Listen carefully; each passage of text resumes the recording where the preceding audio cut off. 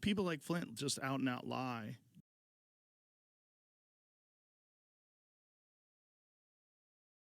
Dear Joe Rogan, last April you gave me the opportunity to come on your podcast and present real archaeology and actual science to millions of people in a debate that I had with Graham Hancock, your friend who you've supported for decades. And Graham, everybody knows you. You've been on this podcast about 10 times. Largely thanks to you, Joe. Well, I'm very happy. Happy to introduce the world to it. Are we okay, Flint, with the HDMI? I think we've been doing shows together since 2011. You, I think, were one of my first real guests. You might be the first real guest. Because before that, it was just my friends, just comedians. Yeah. And it was all in my house. And we ate pizza, and it was fantastic. But I showed up with receipts, many of them. And I demonstrated the quantity and quality of archaeological evidence that professionals and experts and scholars use today. They went and they surveyed 2,100 different places where, based on sort of the geology of the areas, they thought there was a decent chance that people might have been there in the past because of it being not a desert environment, but more of a savanna, more green. And because of erosion, there might be stuff visible. Right? So they targeted these areas and they found, nearly 200 different sites, all dating to the Ice Age, dense scatters, some of them dense, not all of them were dense, like this one on the right, of lithics, of stone tools that showed people working in place, and they mapped them out in the desert. They have 36,000 different artifacts that they found in this survey. My clear presentation of evidence flustered Graham.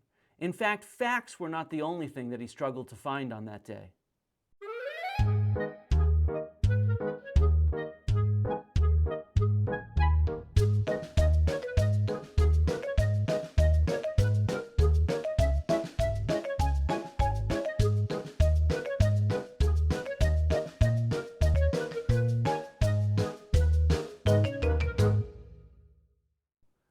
Even Hancock himself admits that I showed up prepared. Flint was better prepared than me. His ability to deliver what he had prepared far outmatched my own. Because of Hancock's poor performance and the weight of evidence that I brought with me, he lost a lot of fans. They woke up and realized that real archaeology was damn cool. I am the case study for what you were trying to accomplish. No exaggeration, within 15 minutes, I was totally converted just by the fact that you broke it down so simple. So what do, Joe? You screwed up. You let me expose Hancock's ideas for the BS that they are. The reality is that I went to your studio knowing that I'd be an unknown factor to you. You had no idea who you were talking to when you introduced me. All right. Well, this took a lot of time to organize, but I'm very excited, and I'm happy you're both here. Thank you. Flint, please introduce yourself to everybody, what you do. Yeah, hi, my name is Flint. I'll tell you who I am. I'm a qualified archaeologist with over 25 years of experience on excavations spanning caves occupied by Neanderthals in the depths of the Ice Age to large-scale excavations in major Greco-Roman cities across the Mediterranean. I've directed excavation teams, curated museum exhibits, and worked in cutting-edge archaeological science laboratories. I've taught literally thousands of students. I've brought that experience and showed up in Austin with over 270 PowerPoint slides prepared, all of them with citations back to scholarship and scholars. More real archaeological evidence than Graham Hancock or you, Joe Rogan, have ever encountered. So after my slam dunk of a debate performance, you needed to make it up to your old buddy. You had Graham back on last month and started the conversation telling everyone to not believe what they saw with their own eyes. But before we do anything, I think we should probably address what we know now about the debate that you had with Flint Dibble. Yeah. So that was the last time we were here. I appreciate that he came on, and I thought it was going to be an interesting discussion, but it turned out he played fast and loose with the truth. You think I played fast and loose with the truth, Joe? The fact that you believe this slander says a lot, because everything I said on your podcast was cited. On the screen, quite literally hundreds of thousands of data points with citations to hundreds of sources. but our goal, most of us, is to publish everything open data. And we have at this point millions upon millions of archaeological records available from things like Open Context, the Archaeology Data Service, the Digital Archaeological Record, even the Radiocarbon Paleolithic Europe database. So when you're talking about the Ice Age, we have radiocarbon dates directly dated from 13,000 sites in Europe and Siberia. We have quite a bit of evidence of this ephemeral evidence for hunter-gatherers. Graham, in his recent video, claimed I got two things wrong. I'll admit, one of them was an honest mistake. I misstated the number of shipwrecks explored by archaeologists. I said 3 million when I should have said 300,000.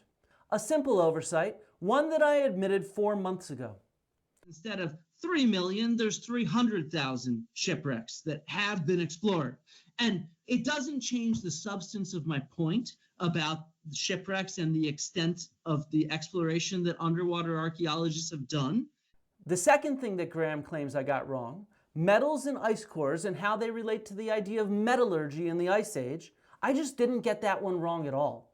His statement. And there are no emissions from metallurgy in the Ice Age. By contrast, contradicting Flint's claims, this 1996 paper in Earth and Planetary Sciences Letters demonstrates high metal levels in the Greenland ice cores during the Ice Age. I'm not sure if Graham actually read the title of the paper that he showed on screen. The paper does show traces of metals in Ice Age layers of ice cores, but they aren't from metallurgy or other advanced technology from a lost civilization. They are correlated with natural shifts in climate. When the Earth is drier, there's more deserts, which means more dust is kicked into the atmosphere that is then deposited as natural trace metal elements in ice cores. This is a well-studied phenomenon. There are several papers on the topic that neither Dan Richards nor Graham Hancock have ever bothered to read.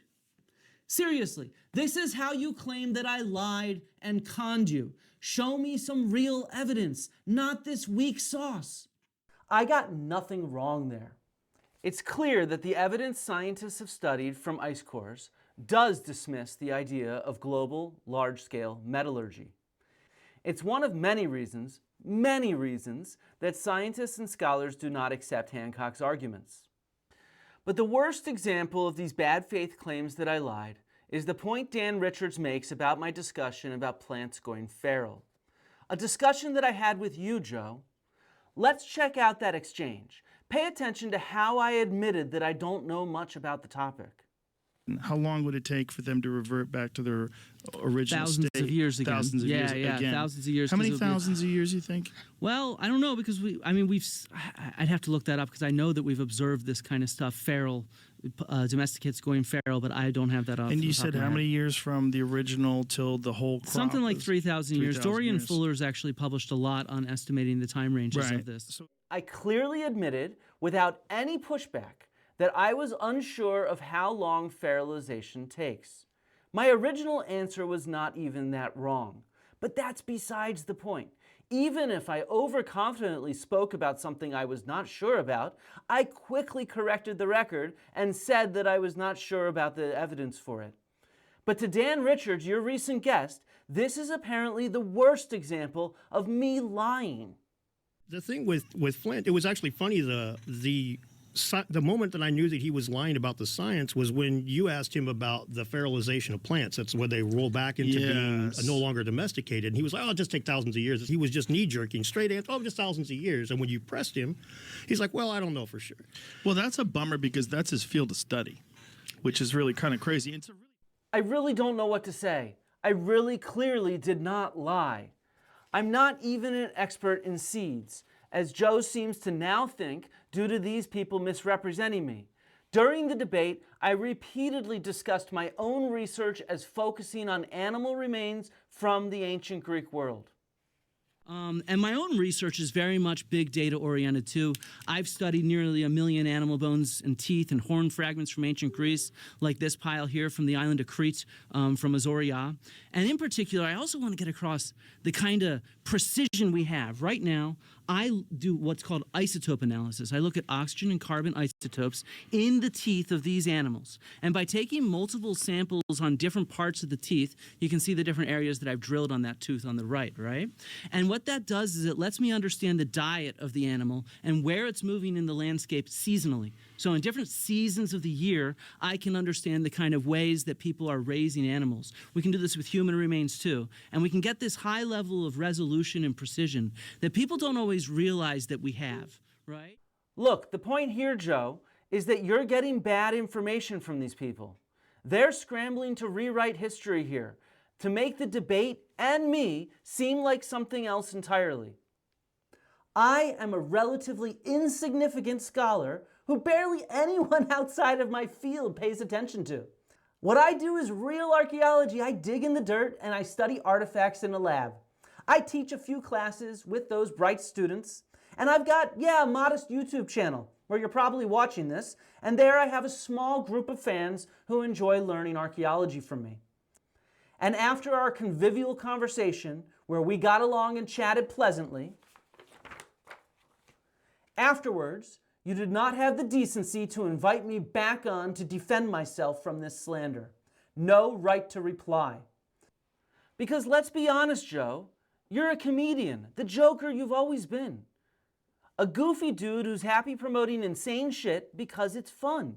How many of you would be willing to get into a pit with 3,000 scorpions? Yeah, right.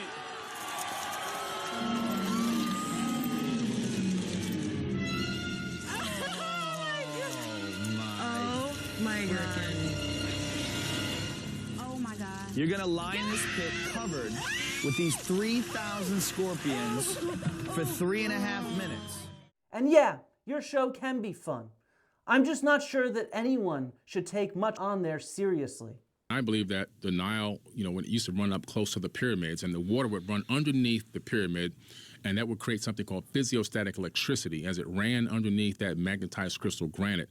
Those ions would pour up into the chamber, move up the grand gallery where there used to be resonating rods. But you can see the slots where the rods used to be. They're removed now, but the slots are still there. Then it would be pushed into the king's chamber where it would be amplified and some type of fusion would take place, then forced up through the apex, and then the crystal granite obelisks around the region would capture that ambient wireless electricity. And then if you had something called a JED, which looks like a Tesla coil, you can capture that energy and you can transfer it into a device for gold electroplating, for any other electrical tools you need, like some of the tools they had to have used to create some of these incredible works of art. We can see the tool marks, so we know they had the tools. But they had wireless electricity way back then. That's insane. If that's true, that's insane. Because you would think there would be some kind of physical evidence of a device, like something left over, some sort of a, ancient chainsaw, like something. Yeah, they did a great job cleaning up. I actually enjoyed talking with you when I was in Austin. You impressed me with your commitment to the appearance of an open mind, which meant listening to me when I made sense and acknowledging how I brought actual evidence against someone who had none. But can we say there's no evidence for an advanced civilization in what they have studied? In what they have studied, yes, we can say there's no evidence for an advanced civilization. So it's clear that you too can listen and learn from real science presented by a real scientist. But now you're just listening to one side, promoting your buddies instead of the truth. Well, we are very fortunate that you're out there, buddy. Thank you. We really are. Thank you. I love your show. I love you. It's clear that you're not as open-minded as you like to claim. You're not actually persuadable by literal evidence that you held in your hand. So this is a maize cob from about 1250 AD. This is part of the Southern Methodist University Archaeological That's Research how little Collection. they were back then. That's Isn't how that little wild? they were. So if you want to hold it, you can. Sure, yeah. Chuck it over here. Be careful. How with old it. is this? That's from about 800 years ago. Wow. Yeah. And so I want to thank Matthew Bullinger. Was this a full Yeah, piece of that's corn? a full cob, yeah. Folks, this is like a thumb. Not even my thumb. It's like one of my smaller fingers. No, You're just on your side, promoting these pseudo-hacks. I've already made a video addressing the outright lies and harassment from one of your 2 recent guests, Dan Richards. Go check it out. But I do need to add a little bit more here. The first thing to be clear is he absolutely hates archaeologists and scientists. Most alternate historians have some sort of an issue with archaeologists. Now, I don't mean archaeology as a science, not the field itself. I mean the scientists, archaeologists. And after making over 20 videos attacking me, he especially hates me. In a recent video, he suggests targeting professors by taking a page from the Chinese Cultural Revolution instigated by Mao in the 1960s. The Cultural Revolution. Basically, he told the country that they had a bunch of capitalist bourgeois influences worming their way into their communist country, and they need to be rooted out. And the way he did that was weaponizing the students and the youth of the country. Students would put their teachers on mock trials and thump on their heads and even unalive some of them. And don't get me wrong, I'm not saying that that's what I want to see happen. I'm saying that it's a time-honored tradition to bring students into your fights on things like this.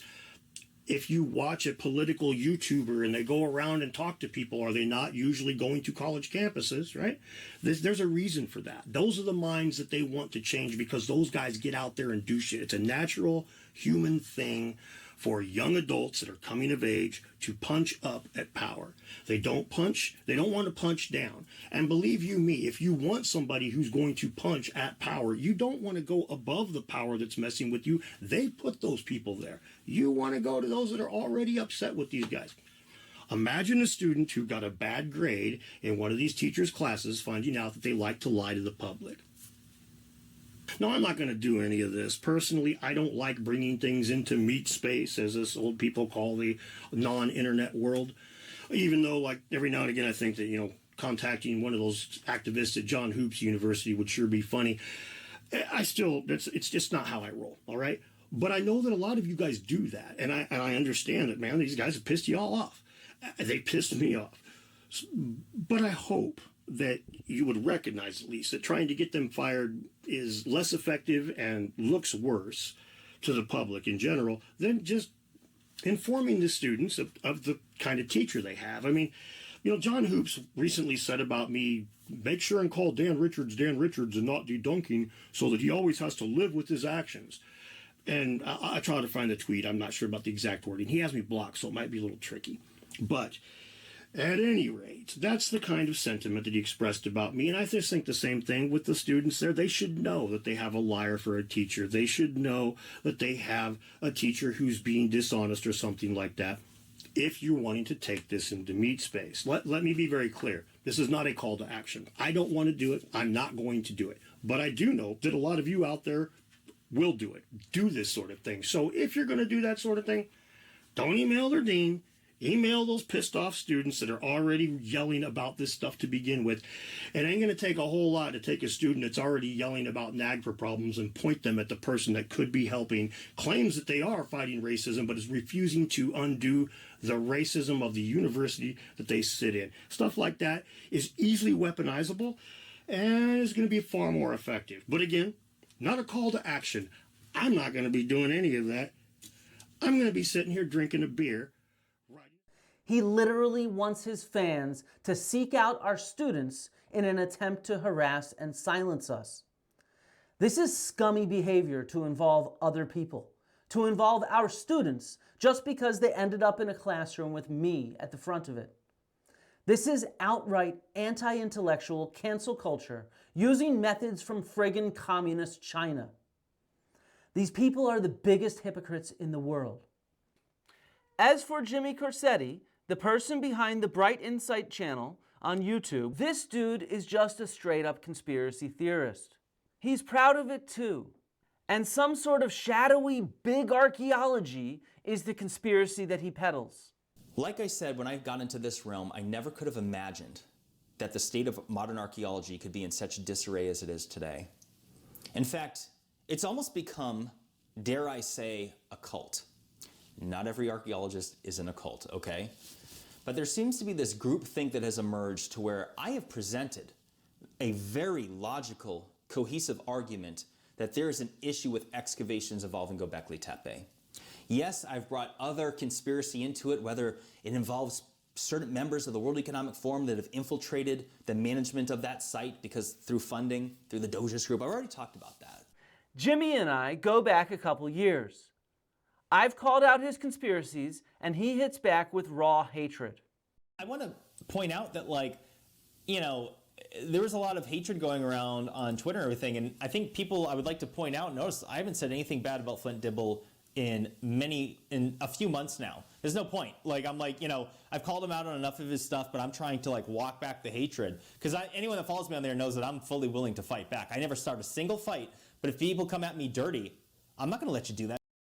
About a year ago on X, he posted both my contact info and that of my employer, encouraging his fans to get in touch with them. This is straight up cancel culture, trying to get me fired for speaking up. But even worse, Jimmy Corsetti has attacked me for having cancer. Many of you know that I had to delay the original date for my debate with Graham Hancock on Joe Rogan because my melanoma had metastasized and spread to my lymph nodes. I had major surgery and was on chemotherapy for a full year. Finally, Flint Dibble said he would. He would like to take up that challenge. And the sad thing is that Flint, this is open knowledge because Flint and I published a joint statement on social media. Flint is suffering from a bad cancer right now. It was diagnosed after he accepted the challenge. He's on heavyweight chemotherapy, and I feel for him. He's been hateful to me. I don't want to hate him back. I know he's coming from a place of sincerity. I know he genuinely believes I'm wrong, and I really welcome the opportunity to debate with him on your show openly for 3 hours to have a detailed discussion. But it's not his fault that he's not here today. It's because the chemotherapy has made it just impossible for him to function in this kind of setting. But well, we wish him well, and we hope he recovers. We hope he recovers, and we are provisionally talking about coming back on your show in April 2024, when he hopes to be over the worst of the chemotherapy, to do that debate. And I look forward to it, and I hope that it'll end up being a reasonable exchange between two human beings rather than two human beings hating on each other. You know? Yeah, well, I think we can make that. Jimmy, however, accused me of faking my cancer to get out of the debate because apparently I was too scared to talk to Graham Hancock. We obviously now know that's not true because I did it. He lied repeatedly about my health in a series of posts, riling up his fans to attack me when I was in the middle of chemotherapy treatment. Well, thank you for coming to our session. It's been a fantastic one. I am really sorry that I'm not there. I have been on sick leave for much of this year, and I did not feel comfortable coming to the conference. Too sick to travel for work. But no, he thinks I was well enough to travel overseas for a high-profile debate about to be seen by millions. Joe, I'm happy to say that you are 10 times the gentleman that Jimmy Corsetti is. At least you have the dignity to not mock somebody undergoing cancer treatment.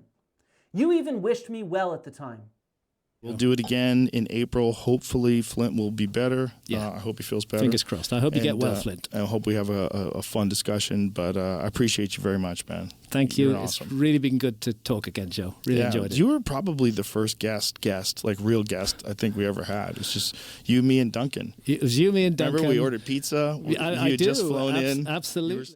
Honestly, Joe, you're a very perceptive person. I got that vibe clearly from talking with you. It's part of what makes you a good podcast host and a hilarious comedian. Yeah. I got an argument with my wife about the fleshlight, man. When the fleshlight became a sponsor for my podcast, is one of the rare moments when me and Mrs. Rogan disagreed with something.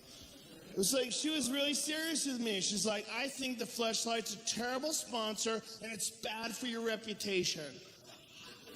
I'm like, wow, do you even fucking know me? How crazy are you? Like, really? I'm in like 5 documentaries on illegal drugs. I used to make people eat animal dicks on TV. And you're thinking that, man, this fake vagina is going to give people the wrong impression. Joe, you're great at being funny for your fans, but you're less great at judging science. And as a comedian, not a scientist, that's okay. I wish you'd recognize, though, that your approach to archaeology is not open-minded. You listen to one side, and only one side. Your blind love for Graham goes back decades, and it biases your perspective here. Graham Hancock is probably the one guy who's influenced my view of history more than anybody ever. You were one of the very first guests that wasn't just a comedian, like a friend of mine. Right. Like, and I was so excited about that episode that we did with Duncan Trussell. Yes, that's and, right. You know, Duncan and I have always followed your work. We've both been giant fans of yours, but it's so interesting to see it becoming more and more accepted. Yes. No, Graham's ideas are not becoming more and more accepted by neither scholars nor professionals who are familiar with the archaeological evidence. If he had a serious hypothesis, he'd present it in a serious way to those who are familiar with the evidence.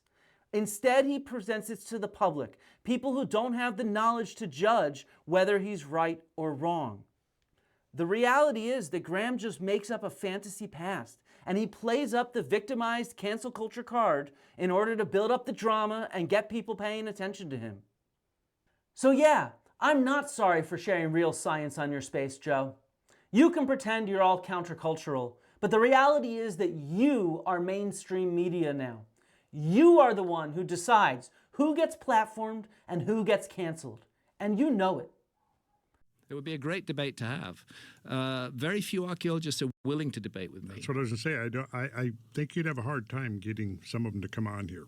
They will make excuses like they won't lower themselves to engaging about such ideas. Or giving him a platform. That's my favorite one. That's the one they use a lot. Yeah. Too late.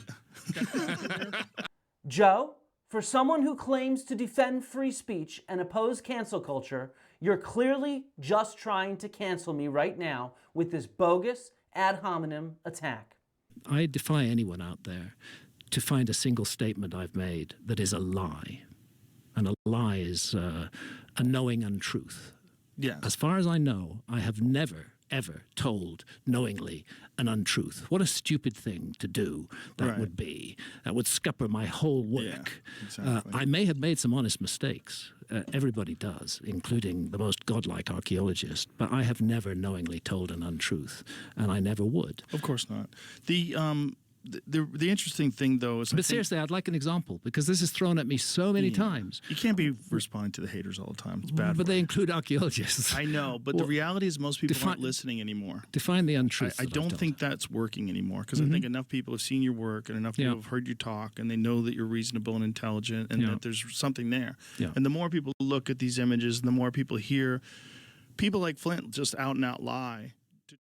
I showed up in Austin in good faith. I made no attacks on Graham's character. As I've said repeatedly, don't believe what you see online. I've never said he's a racist, and don't think he is a racist. Find the quote if you think I've said that, because I've never said it. Instead, I presented a clear, fact-based argument against Graham Hancock's lost civilization with two key disproofs. Number one, all the Ice Age evidence that Graham Hancock ignores. Tens of thousands of archaeological sites that he doesn't want you to look at. Things like that, these areas where he says that archaeologists don't look, but we are looking, and what we find is the ephemeral traces of hunter-gatherers, rather than some sort of advanced civilization. We've surveyed quite a bit of them, and quite a bit of them are on What do you mean by quite a bit? How much of the submerged continental shelves Graham, have actually been I'm going to keep studied? showing you areas that we have evidence for. Why do we have so much evidence for ephemeral hunter-gatherers but not evidence from an advanced civilization that is global? What? That should leave behind monuments that are far easier to find. Instead, what we get are plentiful sites outside and in caves that show coastal interactions. We have evidence of these hunter-gatherers interacting with the coastlines. They're collecting shellfish and fish. They're turning them into beads. They turn whale bones into points to hunt with and to other kinds of artifacts, targeting that. Out of the University of Victoria, for example, Duncan McLaren has found footprints right there on what is an end of the Ice Age coast from about 15,000 years ago. These are footprints in beach sand from 3 different people from this analysis. And so we can get these ephemeral traces of hunter-gatherers moving into the Americas at this time. The more rapid a destruction is, the better it preserves for us, just like with sea level rise. Right, but dependent upon how strong the force is, right? It's hard to imagine how, but if it's a global catastrophe, how is it so strong everywhere, yet it's not wiping out our evidence from hunter-gatherers at this exact same time? We have ephemeral traces, footprints, campgrounds, fires, and hearths. Right. We have lithics. And number 2, the well-dated evidence for the development of agriculture around the world that demonstrates there was no agricultural civilization earlier. And then my second thing I'd like to focus on is food. I am an archaeologist who studies ancient food. I'm an environmental archaeologist. I've studied millions of animal bones from the past. I've helped collect thousands and thousands of seeds like these, and it's something that people don't realize we can get. We've developed sampling methods, and we now at this point have millions of archaeobotanical remains, so seeds from ancient civilizations and ancient societies all over the world. And I want to sort of show you how we understand domestication as a process, and we can see where it happened in real time, in real space, the sort of evolution from a wild plant to a domestic plant, because that counters Graham's idea that the civilization introduced agriculture. So, all right, big question. What the heck is the difference between wild and domesticated wheat? Any ideas? No. No? Graham? Yes, the domesticated wheat depends on human beings helping it continue. And how do we identify that? Not quite sure. Okay, that's important though. So, all right, let's go to the bottom here. It's the scar, right where that wheat kernel or the spikelet that the wheat seed is attached on, it attaches to the plant. And the reason for this is in wild plants like wheat or beans or peas, it's going to propagate itself by falling off the plant easily. If birds or humans are harvesting it, it's not that it wants to, it doesn't have agency, but it propagates itself more easily by shattering easily off of the stem of the plant. On the other hand, as soon as humans start gathering it, that does nothing, because some seeds fall, it replants itself in the field. But as soon as humans start gathering it and planting it in new fields, then all of a sudden there's an evolutionary sort of impact on the plant itself. And so what's selected for is the mutation for a seed that hangs onto the plant. Do you see what I mean? Because you're cutting off the plant, taking it with you, and then planting it somewhere else. And so this is a shift in grains that we call a brittle to a tough raucous. And you can see it's kind of a clean scar right here on the left in wild wheat. On all of that, I don't want to stop you with your presentation, but how does that, what bearing does that have on getting rid of a lost civilization? I'm going to get there. Like, again, it's not about getting rid of a lost civilization. I'm actually here to show that there's no agriculture at all in the Ice Age. So it doesn't have to do with a lost civilization, but that's a key component of your civilization. So the second trait... Well, there's no agriculture at all amongst the Inuit either, right? No. Right. But they survived. But in his books and in his Netflix series, he describes this civilization as introducing agriculture. He talks about seed banks and things like that. Do I? Oh, yeah, in The Magicians of the Gods. I have a quote in here. Show me. Okay, you want me to? Yeah. Let's see it. I want to see it. Give me a second. It seems fanciful to you want to use it? I can't do your accent. You want to read it? It seems fanciful to imagine that we might, in an almost high-tech sense, be looking at the specifications of a seed bank here. Oh, this is from Fingerprints of the Gods. No, it's from Magicians of the Gods. Oh, maybe I repeated it in Magicians. That's so cool. So to get back to your question, though, because I think you asked a good question. When we think about sort of this change over time with domestication, we also see a change in time in the kind of stone tools that people are using. So it takes thousands of years before we start seeing these sickle-type blades associated with harvesting these crops, right? And then the next step we can take is this introduction, this sort of transfer of technology that agriculturalists do when they move into Europe and elsewhere. And we can track this in real time. So this is from a project, I was actually doing the flotation to collect the plants from this project when I was a student. And this is in Albania, directed by University of Cincinnati. So these are the trenches that we excavated. But this is one of the earliest agricultural sites in Europe from about 6400 BC, right? And what's really cool is we can see what this kind of introduction looks like. We see a full package introduced at the same time. We see multiple different domesticated plants, multiple multiple different domesticated animals, as well as new types of artifacts like stone tools and pottery of different types than what the hunter-gatherers were using there. And so this is kind of a parallel. This is where we see this transfer of technology, is when agriculturalists spread out and they take a whole package with them. We call it the Neolithic package, right? And so that's one of the key things, is we have parallels for this. And so when we go back to this sort of end of the Stone Age type period, where we're maybe looking for something like a seed bank or a shelter that's keeping these, Noah's Ark or something like that, what we can also look at is it doesn't look like anything's introduced. These plants and animals get domesticated in the natural regions where their wild progenitors were growing and living. And so there's not like an introduction of a new species that was not there. Instead, we already saw these wild plants in place in the Ice Age in these spaces, and then we can date directly these with radiocarbon, right? There's no reason to assume anything else. We date plant remains and bones directly. I spent several hours talking about these two disproofs. Not a single one of these clowns who are attacking me have pushed back on any of that real evidence in those two disproofs that I focused on. They represent the real preponderance of evidence that shows Graham's ideas are worth less than the paper that they're printed on. Come on, Flint. Tell me these are man-made. Tell me these are natural blocks. That's a very blurry picture, Graham. Well, just tell me tell me that they're natural blocks. Tell me. I cannot tell for sure with these photos. Okay, there I'm putting my diving knife between two blocks, and there, and then a curved wall. Actually, the team from the National Institute of Oceanography in India, who were with us, were intrigued by this. Do you have any more photos of that are maybe more convincing? No, that's what I've got. The data that I presented was grounded in the research of thousands of my colleagues, including my dearly departed dad, who was a phenomenal dad and a great archaeologist. Now he also is mocked by the heartless trolls who swarm me. Tell me how much of the Sahara you think has actually been excavated, Flint, by archaeologists? I'd say a bunch of it has been surveyed, including by my dad. No. How much has actually been excavated?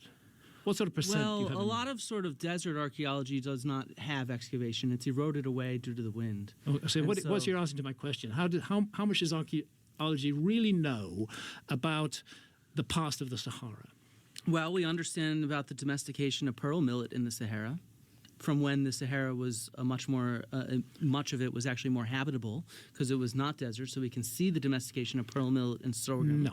We can see Ice Age sites across My question it. is related specifically to my subject. Has enough of the Sahara been excavated for archaeology to exclude any possibility that they've missed anything important in the Sahara? We have found thousands of sites of ephemeral hunter-gatherer remains in the Sahara. You're still not answering my question. How much of the Sahara has archaeology actually looked at? I have no idea, but quite a bit, Graham. What do you mean by quite a bit? What I mean is that due to remote sensing, due to surface survey, and due to archaeological excavation, we actually have reasonable coverage across the Sahara. We understand that during green periods in the Neolithic, we can see agricultural villages, and before the Neolithic, we can find ephemeral hunter-gatherer camps where they were napping stones. The evidence I presented for over 4 hours is well published and accessible, available both online and in public libraries. So go find some real archaeology, not this fake crap. To Joe Rogan, I want to thank you for giving me that first fair opportunity to address millions of people, many of whom were smart enough to see the well-evidenced truth for the truth that it is. To Graham Hancock, I've got a deep dive fact-checking video coming your way soon. It will expose your BS going back decades.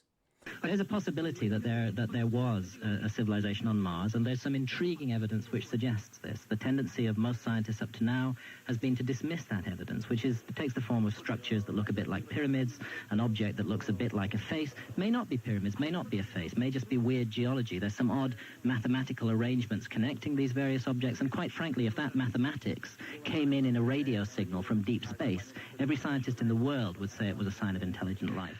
I'm not sorry for showing your former fans the wonders of real archaeology. We archaeologists are the ones who dig up and study and publicize all the stuff that you use to make money by twisting it into your fantasy world. The reality is that both of you are just trying to cancel me, to shut down my opinion with these attacks because you don't like the truth that I speak loud and clear.